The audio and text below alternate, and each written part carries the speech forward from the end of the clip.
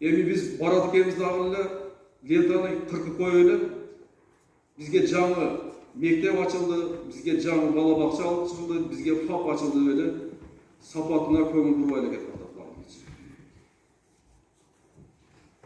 Ошондуктан мен жерлерде кыдырып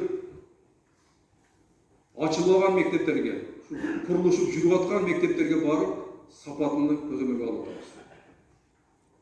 Муну сиздер мына телевизион аркылуу да көрүп атсаңыздар керек. Себеби бүткөн мектепке барып туруп сапаты начар экен десеңер, аны оңдош кыйын болот бүткөндөн кийин чагы. Ошондуктан мен ушул жерде отурган айыл өкмөттүн башчыларга дагы, айыл кеңештин депутаттарына,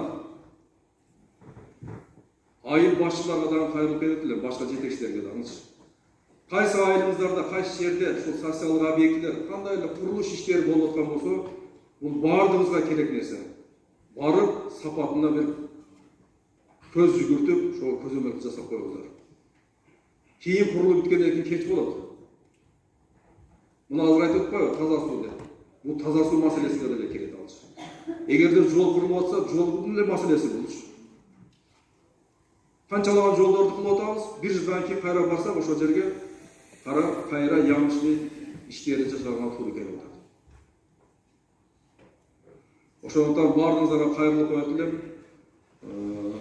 Ушундай социалдык объектилер кандай курулуштар болуп аткан болсо, сөзсүз түрдө ошо жергиликтүү элден кошуп комиссияны түзүп, ошону көзөмөлгө алып, сапатына жакшы көңүл буруңуздар.